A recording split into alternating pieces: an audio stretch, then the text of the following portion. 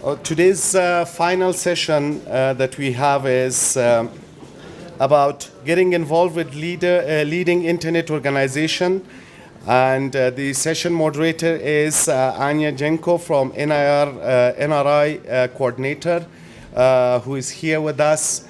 And we really appreciate she took all the way, long trip from Geneva to Kabul. I would like to call her to come to the podium, and you have some other speakers. I think they're all remotely. And we also have Mr. Chengetai Masango, who is here with us after the security briefing, yeah? Yes. Good to see you. Please join us to the front, yeah. Over to you, Ani. Good afternoon, everyone, and thank you very much once again for your hospitality. Thank you for being here on this very important day for the respective community of Afghanistan. And for me, it's really a true pleasure to be here, and it's a very important occasion. As Wafa said at the beginning, this session will be dedicated on and focused on some of the leading organizations on the field of internet governance. And I think for you it would be very useful, especially because if you would like to know how to engage with these organizations. With this, I will start from the beginning. We have a number of respective speakers, and I have to say all the leaders with their respective organizations. So the first speaker that is with us is hopefully online, so we will later come to it. But let me now call my speakers to join me here at the podium that are present here in person. So I'm going to call the head of the IGF Secretariat, Mr. Chengetai Masango, to join me here at the panel. Next to Chengetai, I'm going to invite Ms. Marilyn Cade, which is the CEO of McKay Strategies. I believe you all know Marilyn. And as I said, we will have Mr. Baher Esmat online with us. Baher is with ICANN, which stands for Internet Corporation for Assigned Names and Numbers, and he is the Vice President for Stakeholder Engagement. So we don't have a lot of time, and then my kind advice would be, with your agreement, that we move on into the discussion and speak with our panelists primarily. Do we have Baher online with us? While we're waiting for Baher, since Chengetai is here and I know fully prepared, I'm going to kindly ask Chengetai to explain to us the organizational structure of the IGF, that stands for Internet Governance Forum, that's been convened under the United Nations umbrella. So Chengetai, very practically, what is the structural organization of the IGF, and if stakeholders would like to engage in the substance but also on the process, what is the best way in terms of most effective way? Thank you very much, Anya. My first question is to the room, so that I know exactly how to structure my presentation. How many people know about the start or the genesis of the Internet Governance Forum? How many people know about it, how we started? Okay, so I'll just give a brief introduction. So I do have slides, but are they projected? No. Not yet. No. Okay, fine. So how many of you heard of the World Summit for the Information Society? Well, back in the year, Marilyn will correct me if I'm wrong, but around 2000 there was this thing called the Internet. And it had been going on through academic networks, through the private sector, etc. And then governments also began to realize that there was this thing called the Internet, and more of the social and economic activity was going on the Internet. But they didn't really understand it, and they also didn't really they also wanted to have a say in how the Internet was run, because it was outside the control of the governments. Now, of course, this is to varying degrees. Some governments were involved, but most governments were not involved. It was through the academic networks. For instance, I know from my country, I come from Zimbabwe, it started through the university there. A professor of biology started the first server, and that's how the Internet started in Zimbabwe.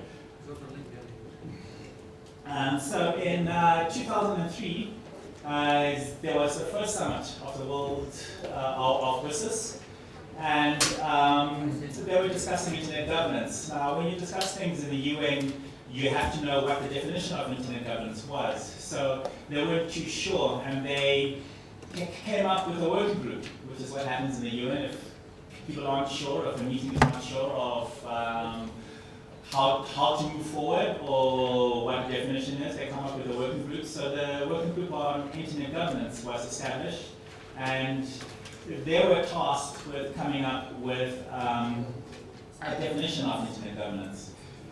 So that was in 2003, and they reported to the Tunis phase of the summit, which is versus 2.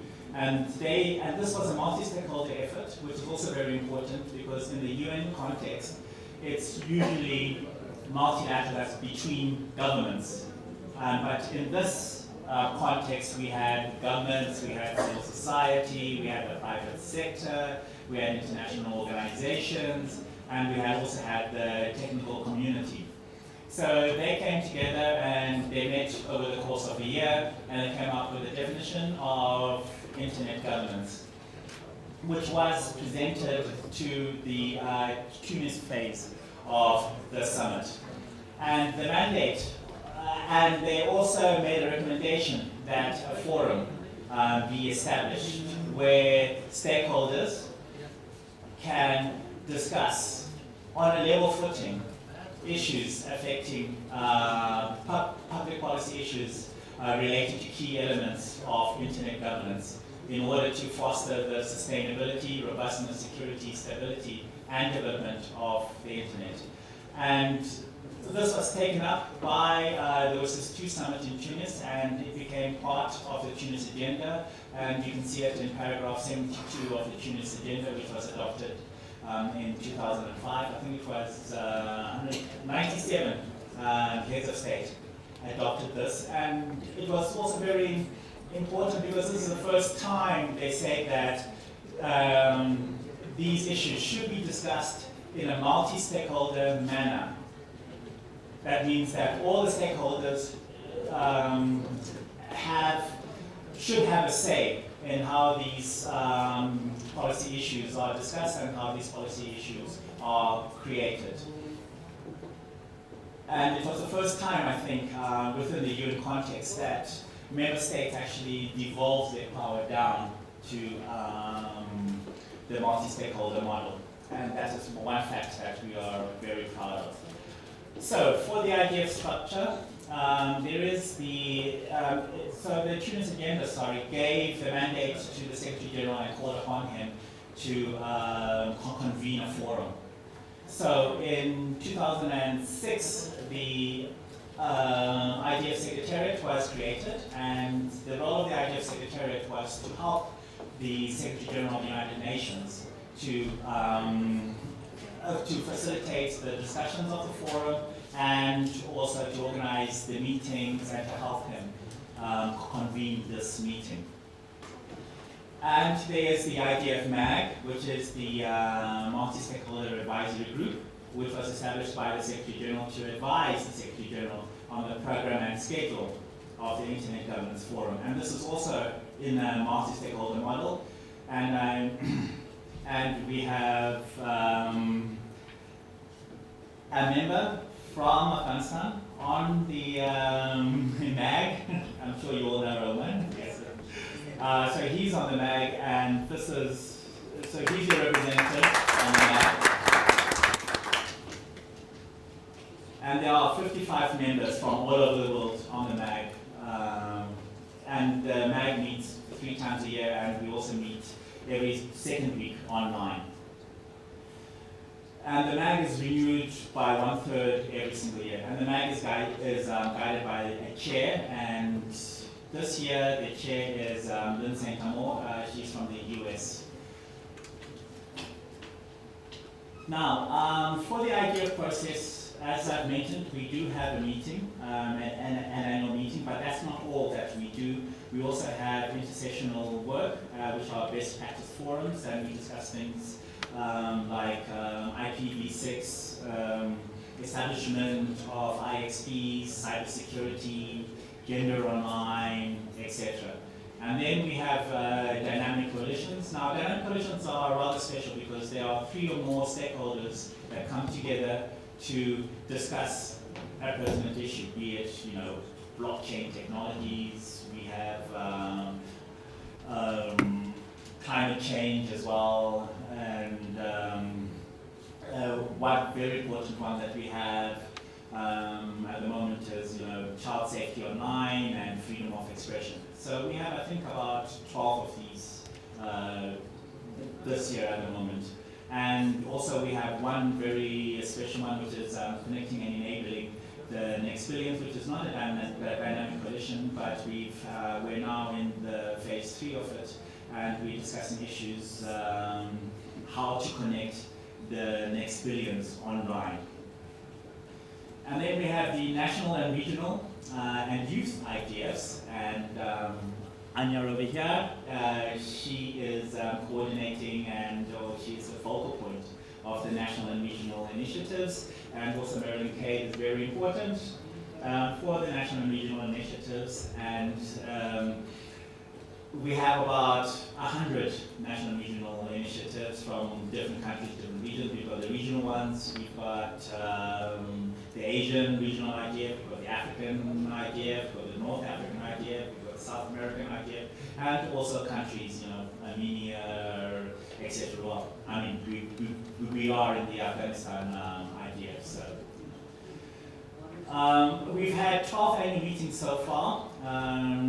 The first one was in Athens, in Greece, and we went not in any order to Hyderabad in India. We've had one in Cairo. We've been to Sharm el-Sheikh in Egypt, Nairobi, Brazil, Rio de Janeiro, and also Joe Pessoa.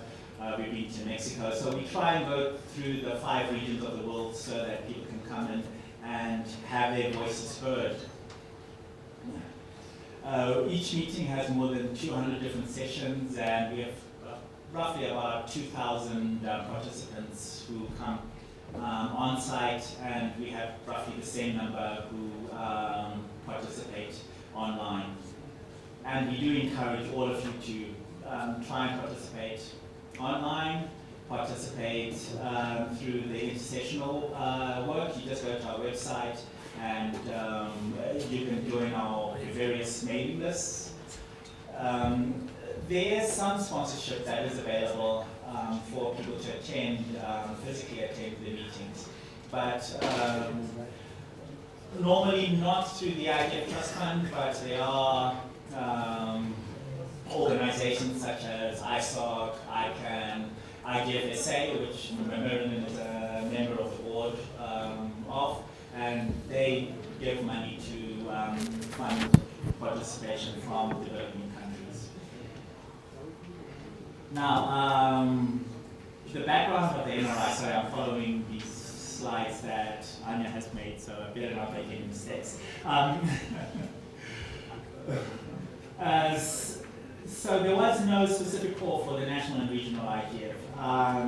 These national IGFs grew up organically, and though in paragraph 80 of the Tunis agenda, there is encouraging the development of multi-stakeholder processes at the national, regional, and international level to discuss and collaborate on these issues. Because we do know that there's no one-size-fits all. I mean, one solution in one country for either cybersecurity, for even access, can be different from a country like a small island state, or their needs and the resources that are available are different for Fiji as opposed for a big country such as the US, for instance. They're dealing with different resources, etc. So the implementation is different, but these countries can learn from each other. So we do encourage them to discuss amongst themselves and also send their findings and their results to the global IGF, so that we enrich each other, and somebody from another state or another country with a similar situation can learn from each other. So we do encourage the passing of good practices between the national and regional initiatives. So we have 10 youth IDFs, we have 8 NRIs, 17 regional IDFs, and 73 national IDFs at the moment. And the next slide is just where they are based around the world. So as you can see, we do cover most of the regions of the world, but of course there are still countries that we need to cover, and it's growing, you know, by leaps and bounds every year, and thanks to the good work of yourselves, and also thanks to the good work of Anya and Merlin as well, as was very helpful with that. Last year we did have the 12th IDF meeting, which was held in Geneva at the headquarters of the Secretariat. And we had 8 national and regional collaborative sessions, more than 30 different IDFs, regional and national IDFs, partners on topics of mutual interest, access, IPv6, fake news, blockchain, etc. I mean, the list goes on.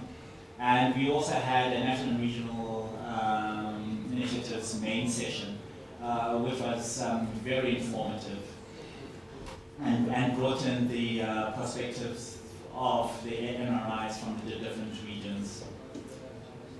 And we had booths. During the IDFs, we do have an exhibition place.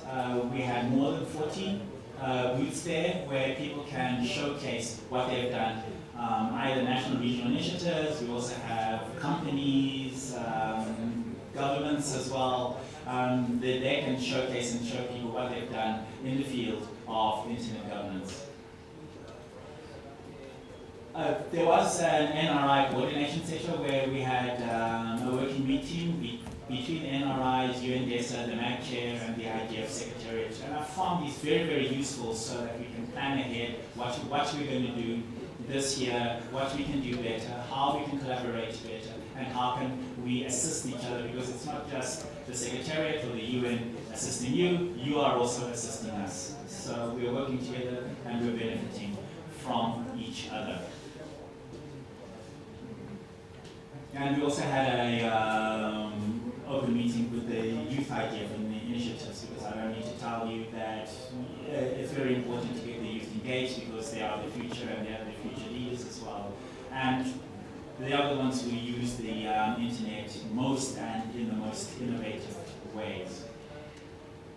I will stop there, and I'm sure if you have any questions, I can answer them later. I can answer either when Anya calls for questions, or if you see me outside, please feel free to approach me and we can discuss what's on your mind. Thank you very much, Shagita, for this excellent presentation and a lot of information, I would say, for you, especially for those that are not directly maybe involved in the IGF. So I am expecting a lot of questions after we hear from Marilyn. I think in the meantime, Baher managed to join us. So can we try to hear from Baher? I'm just going to remind that Baher is the Vice President for Stakeholder Engagement at ICANN. Baher, can you hear us? If you can hear us, can we kindly ask you to tell us how can the stakeholders engage and involve with ICANN? Can you hear me? Yes, we can hear you. Okay, thank you. Thank you, everyone. Thank you very much for having me today, and sorry for the delay. I've been having some technical issues. So now I'm trying to share my screen. Let's see if this is going to work. So today I'm speaking about ICANN and how to get involved with ICANN. ICANN, as some of you know, is the Internet Corporation for Assigned names and numbers. It's a global body that coordinates policy and technical aspects of the internet naming and numbering system. Basically, the internet is administered by a loose, decentralized, and distributed collection of organizations, groups, and individuals set rules, standards, policies, and provide technical support so that all of us remain connected to one global secure internet. So ICANN is one part of this global internet governance ecosystem. ICANN is clearly not the internet. It's one actor in the global internet ecosystem. The ICANN is made up of three components. These are the community, ICANN community, and this is the largest component.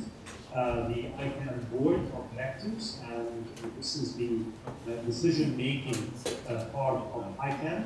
And then ICANN organization. This is the staff that regional activities, and I'm going to touch upon some of our regional activities in this region as well. So this is again quickly, how you can get involved with ICANN.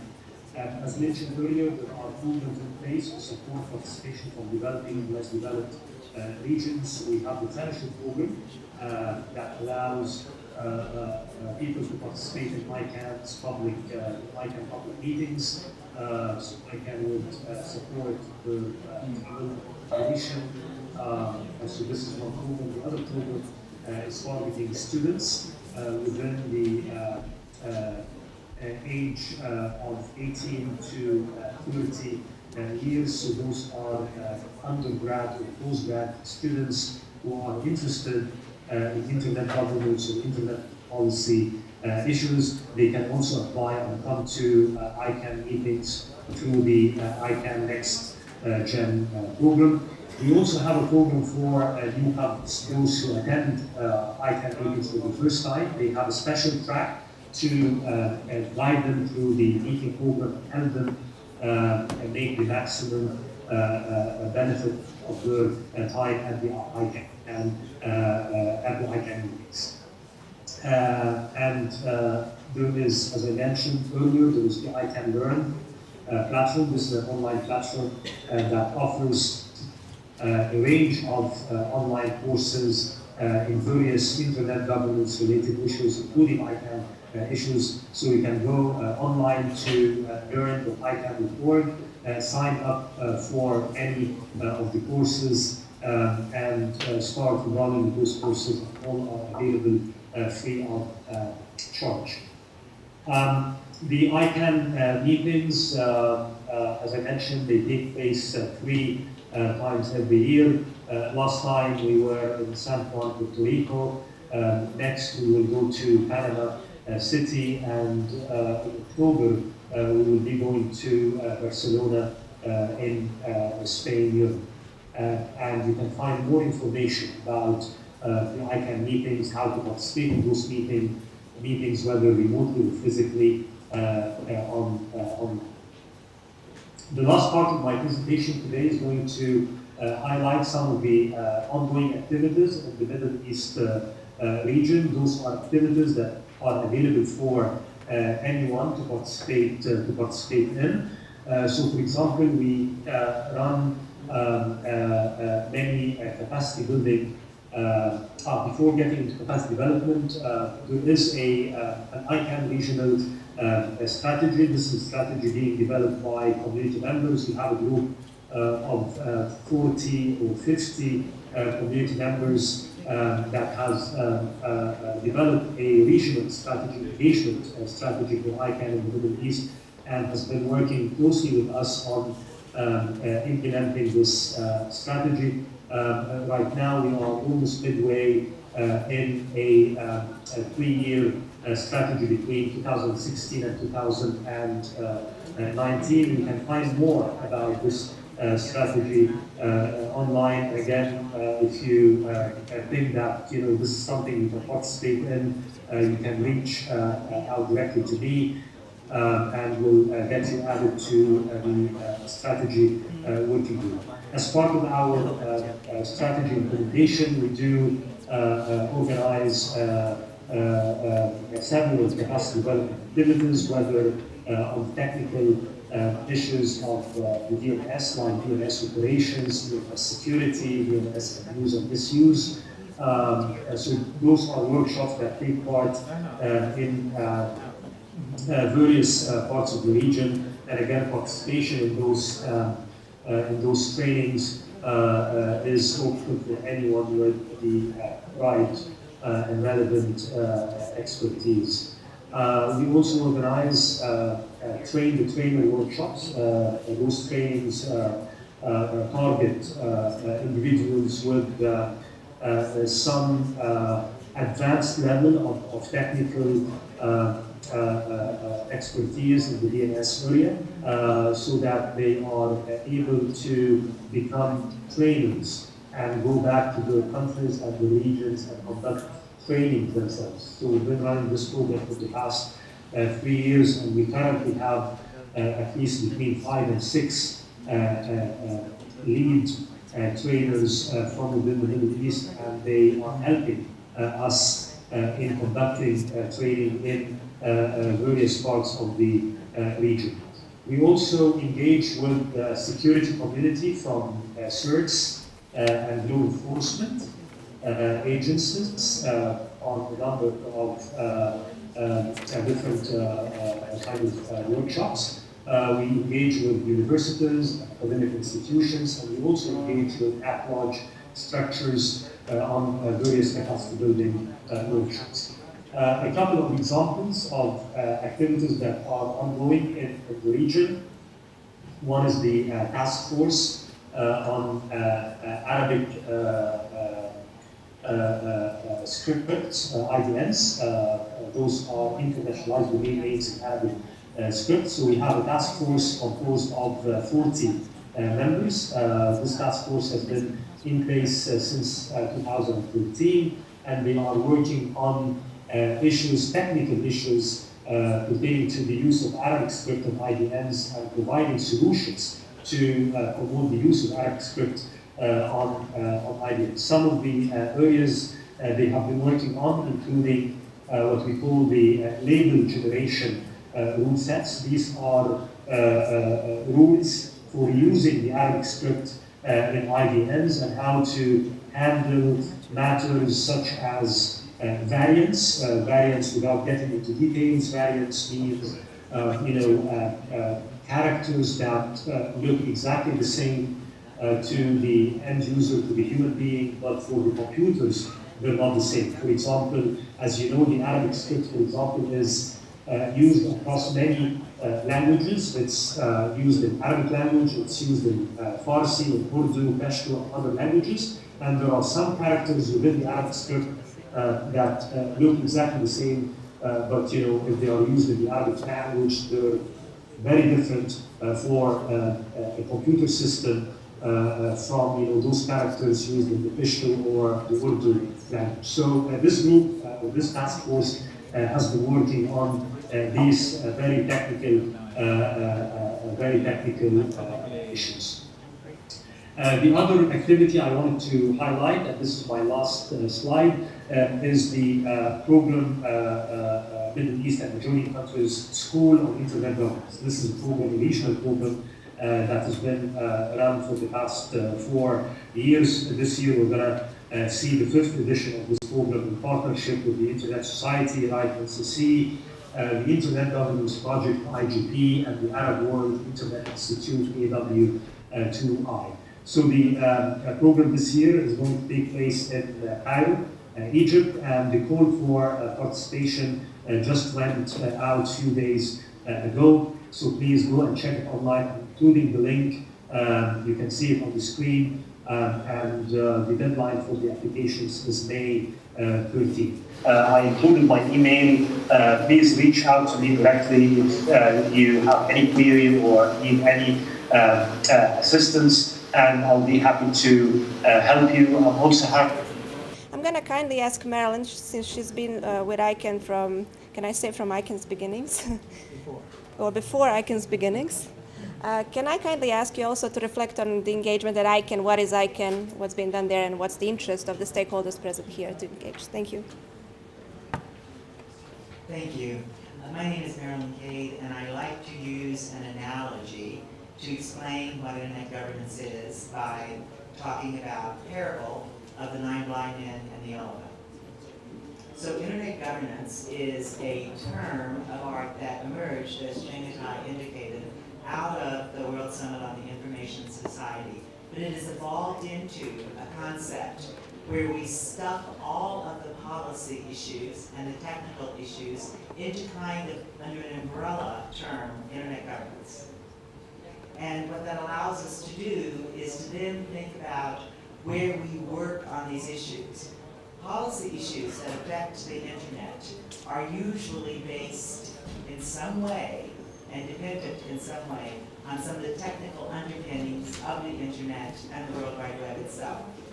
So the phrase iStar's organization, there was no formal announcement of that term, there was no formal agreement of that term, but because all of the technical organizations that were working on internet policy issues and internet technical issues had the word internet in their title, such as the Internet Governance Forum, which is not formally a part of the iStars organization, but the Internet Society, the IETF, the Internet Architecture Board, and so AfSIG, ICANN, the IETF, etc. And for those of you who are old in computer programming days, you will remember that using the asterisk following a coding entry meant repeat it. So it was a kind of a weird little thing that emerged where instead of writing Internet Society, ICANN Society, etc., some of the more technical folks from the regional internet registries said, well, just shorten it to iStars. So we now, in these organizations, refer to this group of technical community participants as the iStars. I kind of felt like after the World Summit on the Information Society that apparently the world had decided to create a new language because multi-stakeholder didn't exist as a phrase either. Bottom-up didn't exist in relation to policy development. We think of this, those of us who work in this space, we think of this now as an ecosystem with lots of interacting parts and with different players. And the core participants in the internet governance ecosystem have changed significantly since 2005 because the internet has changed significantly. In 1998, when the World Summit on the Information Society was proposed at an ITU plenipotentiary, and I was engaged in working on coordinating the business engagement in what led to ICANN, there were 147 million users on the internet. In the year 2000, there were only 300 million users on the internet. Where we are today is very close to 4 billion users. We still have slightly less than half of the world connected to the internet. But as you can imagine, as the internet and the online world has integrated so much into your daily life and into your business life, or into how a government agency delivers services to citizens, now there are all new awareness of this, a new awareness of the fact that it can't just be the iStar organizations, the regional internet registries, ICANN, ISOC, etc. It has to also extend into engagement with the content providers, extend into the other UN agencies, such as the World Intellectual Property Organization, into UNESCO, which focuses on content and human rights, into UNCTAD, which focuses on trade and development. So while they don't fall under the I-STAR, they fall into the larger umbrella of the internet governance ecosystem. Now, multi-stakeholder is not applied in the same way in every one of the organizations, and I'm going to give you some examples. At ICANN, we create binding policy for the registries and registrars. So we have a government advisory committee. The government advisory committee, by the way, has grown since we launched ICANN, and its first meeting of the GAP, which the government advisory committee, which took place in 1999, has grown from 40 members to 100, over 150. And that is largely because people at the national level, like you, have gone to their government and said, why aren't you participating in the government advisory committee?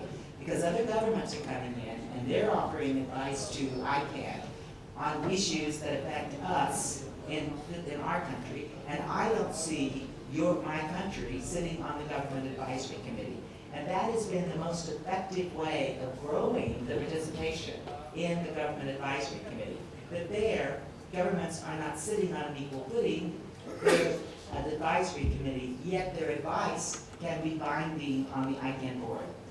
At the IGF, we act on an equal footing, which means that whether you're a government, you're civil society, you're an individual, you're a big business, a little business, you act on an equal footing. And I would just say, because I don't know that Changatai remembers this, that in 2006, when we walked into Athens to the first Internet Governance Forum, and there were roughly 600 attendees, I thought that most of the government attendees were going to pass out of fear because there was no tent card with their country name on it.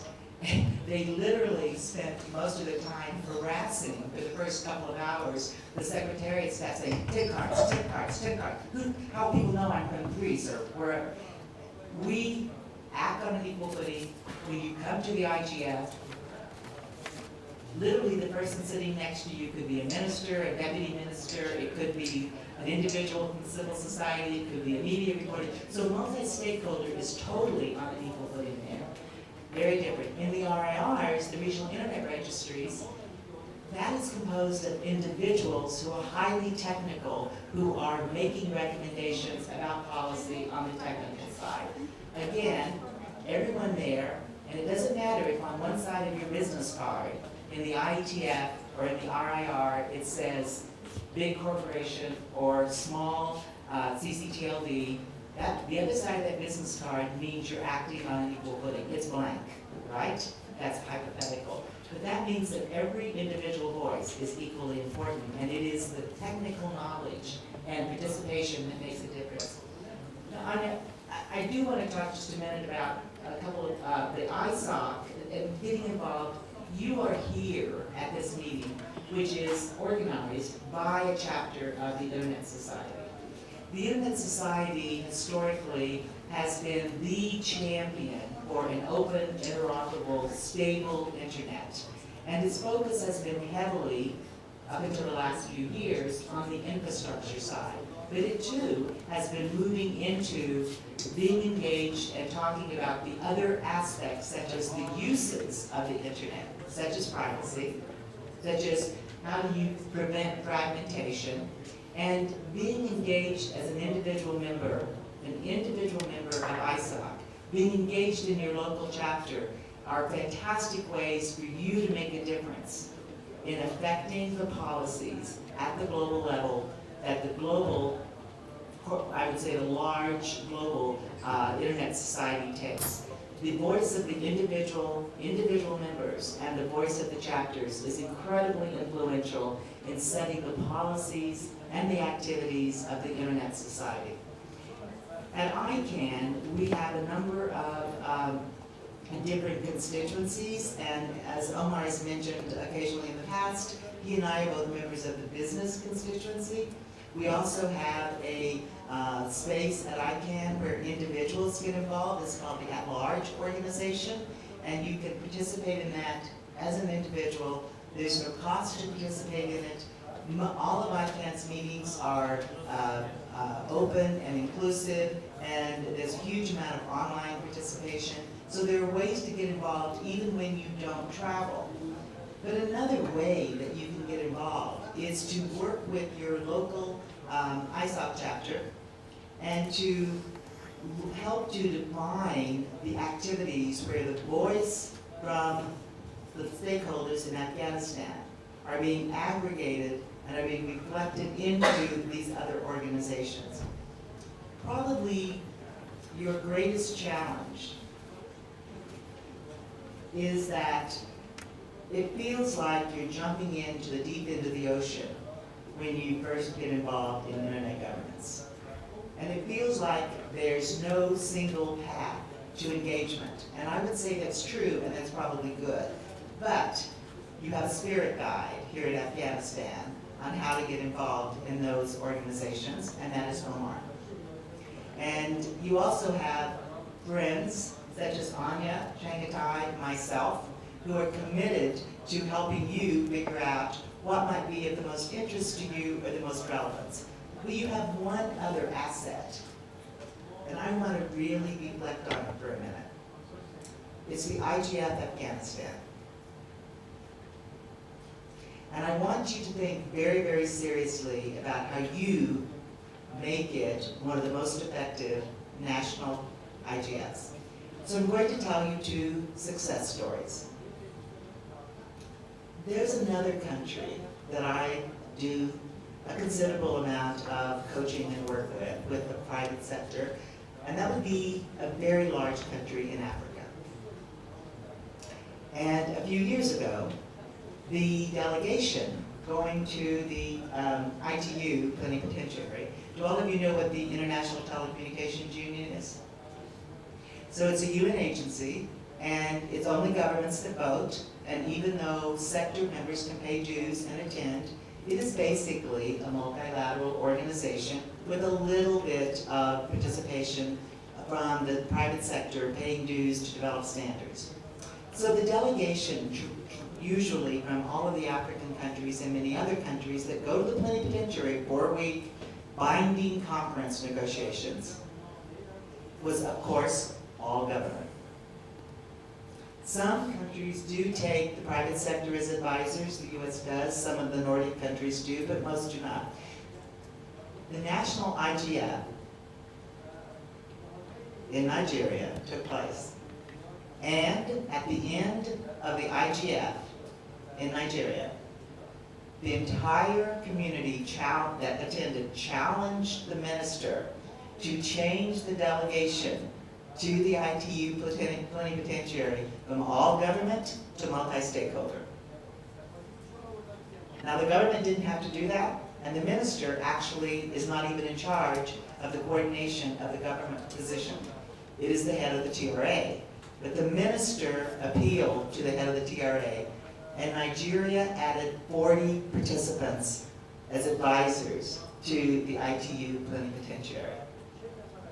That is phenomenal. And today, every Nigerian IGF writes a communique at the end to the government, and the government commits to sit down and talk about how to implement the recommendations. That's the kind of success story that you can have if you think about your IGF Afghanistan as your way to aggregate your thinking, learn about the issues, and bring messages to your government, and continue, as you are now, to partnering with your government. You cannot, however, stay in a silo to do that. And your government needs you to not think about internet governance as belonging to a single agency. Because of the importance of the use of the internet in the delivery of healthcare, information about agriculture, etc., you should be thinking about internet governance as looking more and more like that elephant the 9 blind people are touching and saying, oh, it's just a tree, or oh, it's a snake because I'm touching the trunk, or oh, it's a fan. The more you can get engaged with each other and with your government here, then you can help your government to be more effective on your behalf when it is only a multilateral meeting. And they don't have a choice but to be the only representative on behalf of your country. I think I should stop and we should take questions. I do have a question. I'm going to ask Marilyn. I'm very glad, Marilyn, that you referred to this first journey last year that we all took together with Omar and his wonderful team on organization of the first national IGF of Afghanistan. Can you just tell me quickly, and I know the colleagues will be interested, what were the reactions of the stakeholders outside of the Afghanistan? And I know why I'm asking this. I was with the Afghanistan IGF for the whole program during the last year's meeting. And then I heard a lot of impressions from many stakeholders that joined online. So that's why I'm asking Marilyn, just to give you an input of how many compliments you picked up last year. Marilyn Cade speaking. Well, first of all, I'm going to open that comment by telling you that I am the chief catalyst that created the IGF USA. And it took us 4 years. Let me see, United States, that'd be like a rich, well-endowed country with a lot of resources, right? It took us 4 years to create an awareness about internet governance in the United States, okay? Then we were only able to manage a one-day IGF. So let me see, Afghanistan launched their first IGF, which was 3 days, had a much more ambitious agenda than many of the other IGFs, and dealt with many, many different challenges that no other national IGF is dealing with, including the external perceptions about safety. To you. And I was invited by Omar to be the go-to girl to tell the international speakers that A, they be going to participate even if they're not there in person. And Anya was absolutely essential to this, but we were able to bring a number of international speakers remotely. And so the content of your first IGF, although I was the only international traveler, was actually rich with perspectives coming from experts from other countries and working and engaging and feeling very, very, very committed and interested in continuing to support the Afghan IGF. Huge compliments to the organizing team, to AfSIG Afghanistan, to all of you as individuals, and also to your government. Because I will just say that as a result of the participation of the IGF itself and the fact that CLDP, the Center for Law and Policy Development, has collaborated to bring a multi-stakeholder delegation now to 4 IGFs. Your minister also participated this year for the first time in the WSIS Forum. So all of a sudden, what you have done in a very short time, in 2 years, is you have created a globally recognized, respected image of the issues in Afghanistan related to internet governance. That's phenomenal. Thank you very much, Marilyn, for sharing these inputs. Any follow-up questions or interventions from your side to Chengetai and Marilyn primarily? Yes, we have one. Differences between them, maybe some comments or other information. I don't know the exact information I don't have about them. Thank you very much. Excellent question. I'm going to ask either Marilyn or Chengetai, whoever wants to respond. Let me start. So let me just go back to what I said earlier and kind of try to elaborate. My name is Marilyn Cade. ICANN, the Internet Corporation for Assigned Names and Numbers, is focused on the unique identifiers of the Internet, such as IP addresses, AS numbers, domain names, whether those are generic or those are country codes, such as .af. Also the root servers. And so we basically do technical policy development and recommendations around the unique identifiers and the directly related policies. So we're not purely, at ICANN, a technical body, but we are developing policy recommendations about technical aspects, such as domain names, IP addresses, etc.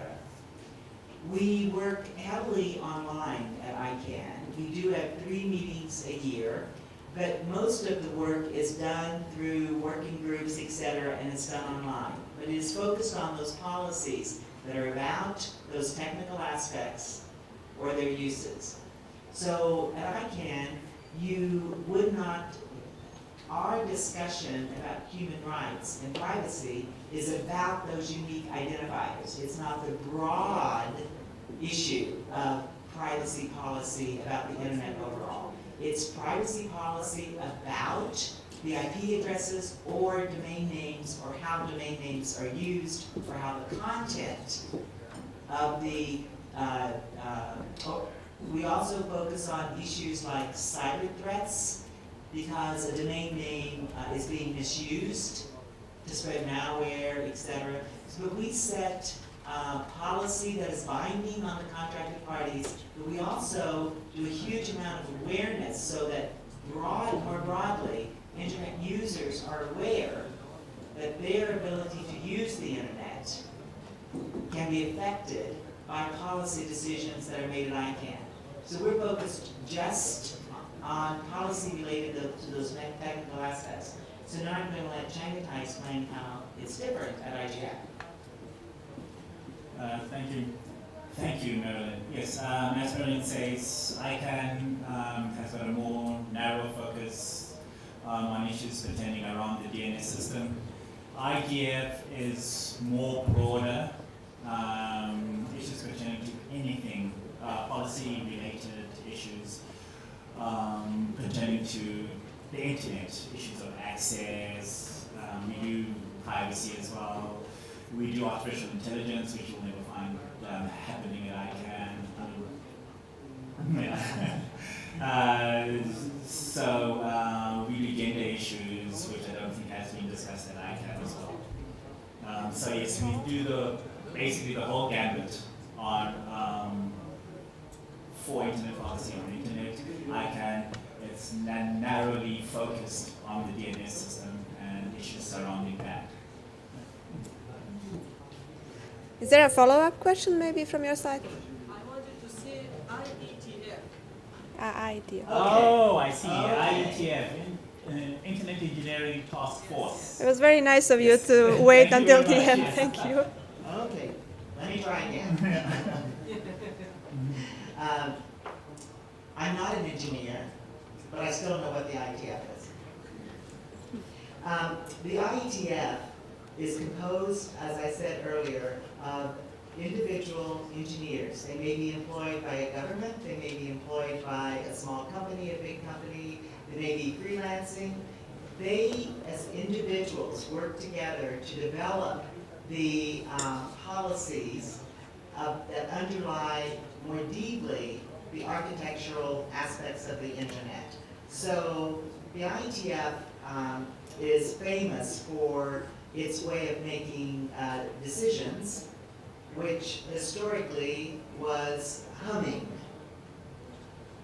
in order to show that consensus had been reached, no voting, etc. And the IETF is open to anyone who is interested in participating in the development of standards related to the internet. It does have a architecture board called the IAB, the Internet Architecture Board, which is kind of governing. It is, I'm going to say, hosted by the Internet Society, not in any way governed, but some resources are supported by the Internet Society. Most of the work is done online. It develops something called RFCs, which is request for comment. Even though an RFC becomes final, it's still called a request for comment. So it's an individual, globally engaged set of engineers and others who are interested in that work that collaborate to develop what are considered the kind of code of best practice in various areas that directly relate to the internet. So you could find, I'm going to give you an example of one of the first RFCs written that's really relevant to Afghanistan, and it's RFC 1591, which John Postel himself wrote. And the reason it's relevant to Afghanistan is it is about the country codes. And it says that anyone who manages a country code does so for the good of the local internet community. So that is considered by the CCTLD managers to be their mantra. They think it's their code of practice. They believe that what they do is to manage that country code on behalf of every citizen in their country. So that is how influential an RFC recommendation from the IETF can be. They are, of course, getting into now other areas like the implications of privacy, etc., and debating those. I think I need to stop. Thank you very much, Chengeta and Marilyn, for your responses, for your excellent question. And I think we went through the whole key players of this IG ecosystem, thanks to this small misunderstanding. Well, Baher was he finalized his presentation. Okay, we are over time, because we are 11 minutes over time. So I would maybe say that we reserve any interventions related to Baher from Baher's side also for the Afghanistan IGF mailing list. Maybe that could be an option. And also please, on our behalf, say thank you to Baher. I don't know whether he was able to hear us. If you don't have any follow-up questions or suggestions, then I would first of all thank you for staying up until the end with all of us. I would like to thank Chengeta and Marilyn for their time and excellent presentations. And I hope I'm going to see you then next year, maybe in a bit wider composition. Thank you very much.